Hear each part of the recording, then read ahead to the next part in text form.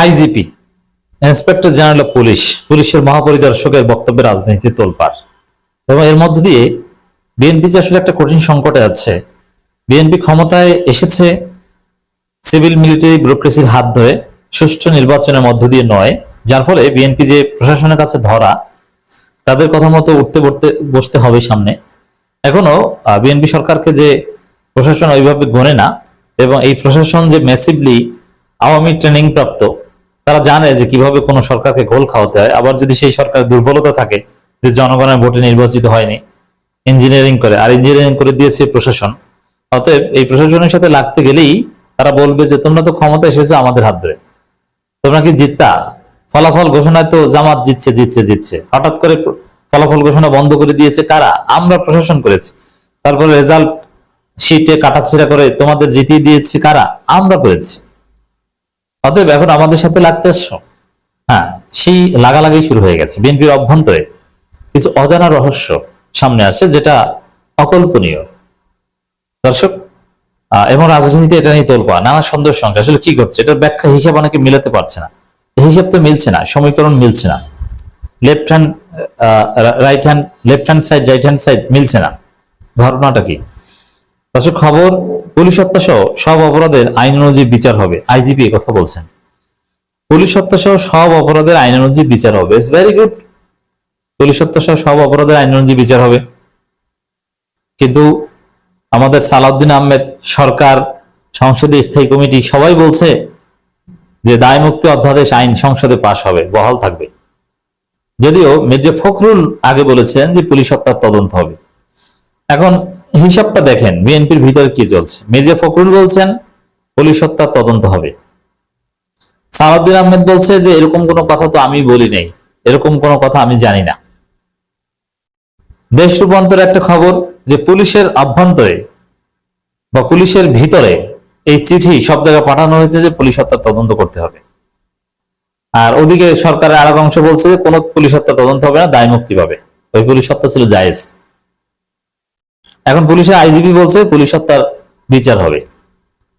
এখন পুলিশের আইজিপির যে বক্তব্য, পুলিশ হত্যার আইন অনুযায়ী বিচার হবে, এই কথার সরল ব্যাখ্যা হচ্ছে বিএনপি এনসিপি, তখন তার এনসিপি ছিল না, সাধারণ শিক্ষার্থীরা, অবশ্যই জামাত শিবির এগুলো করেনি, আমি নিশ্চিতভাবে বলতে পারি।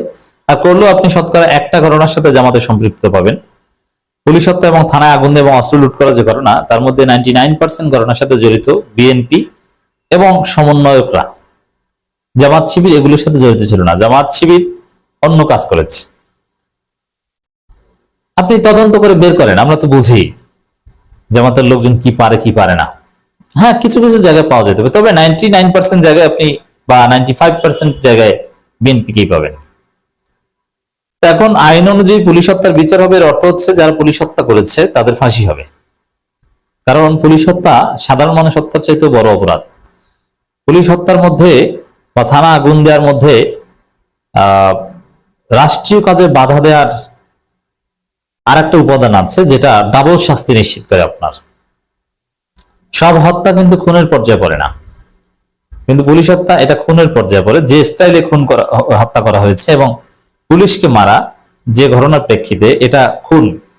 হত্যাকাণ্ড শিকার হলেই কিন্তু খুন হয় না, কিন্তু এটা খুন, এর শাস্তি মৃত্যুদণ্ড। এবং সরকারি কাজে বাধা দেওয়া, পুলিশের কাজে বাধা দেওয়া, এবং এই পুলিশের কাজে বাধা দেওয়া, এর শাস্তিও যাবজ্জীবন পর্যন্ত হতে পারে। অতএব এটা হবে সিম্পল। তাহলে হিসাব মিলছে না কেন? ঘটনাটা কি? ঘটনাটা হচ্ছে যে এই পুলিশ আওয়ামী পুলিশ।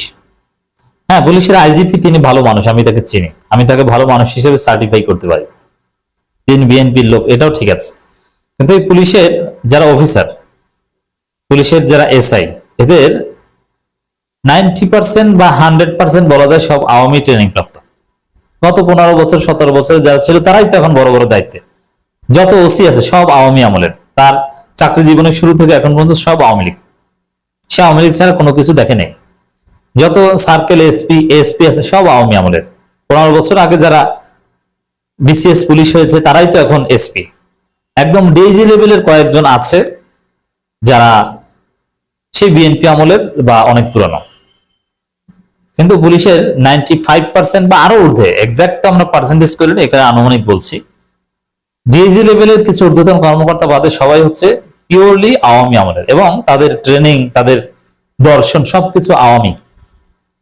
যার ফলে তারা এই পুলিশ হত্যার ইন্ডেমনিটি এটা ভালোভাবে নিতে পারছে না, এবং তারা বলছে, পুলিশের ইন্টারনাল মিটিং গুলো বলছে যে না, পুলিশ হত্যার বিচার না হলে আমাদের স্বাভাবিক কার্যক্রমে ফিরে যাওয়া যাবে না।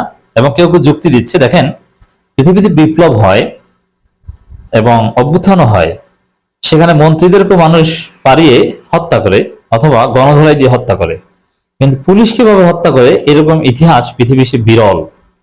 বরং যুদ্ধে সেনাবাহিনীকে হত্যা করে, কিন্তু পুলিশ তো ল এনফোর্সমেন্ট এজেন্সি, তাদের দেশের নাগরিকরাই তাদেরকে হত্যা করে, এটা রেয়ার। অতএব এটাকে যদি ইন্ডেমনিটি দেওয়া হয় তাহলে এই পুলিশ কখনো স্বরূপে ফিরে যেতে পারবে না। প্রত্যেক বাহিনীর একটা নিজস্ব রাজনীতি আছে, সিভিল অ্যাডমিন, পুলিশ অ্যাডমিন, সেনাবাহিনী অ্যাডমিন, প্রত্যেকের একটা নিজস্ব রাজনীতি আছে। তো এখন পুলিশ এটা যদি ফুললি আওয়ামী পুলিশ, তাদের এমনকি যে ছেলেটা শিবির করত তার ট্রেনিংও আওয়ামী ট্রেনিং, এটা আপনাকে বুঝতে হবে।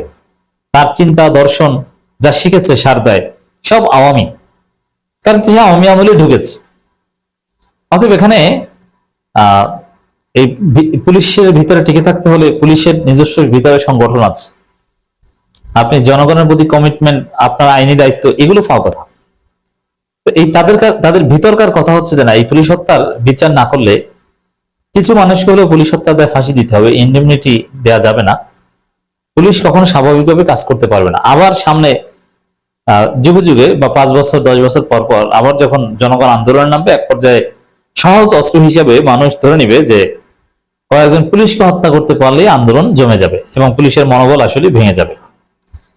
প্রতিনিয়ত এই ধরনের ঘটনা ঘটতেই থাকবে। পুলিশের ভিতরে এই যুক্তি আছে, যার ফলে সরকারের যে সিদ্ধান্ত, সরকারের একাংশের সিদ্ধান্ত যে ইন্ডেমনিটি দেওয়া হবে, পুলিশ হত্যার কোনো বিচার হবে না, তদন্ত হবে না, বরং দায় মুক্তি পাবে, এই সিদ্ধান্ত পুলিশ মানতে পারছে না।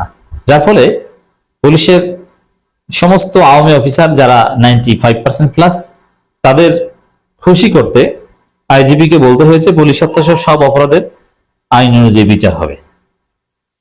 তো দর্শক, 5 আগস্টের আগেও পরে পুলিশ হত্যা সহ সব প্রাণহানি ঘটনায় আইন অনুযায়ী ব্যবস্থা গ্রহণ করা হবে বলে জানিয়েছেন পুলিশের মহাপরিদর্শক আলী হোসেন ফকির।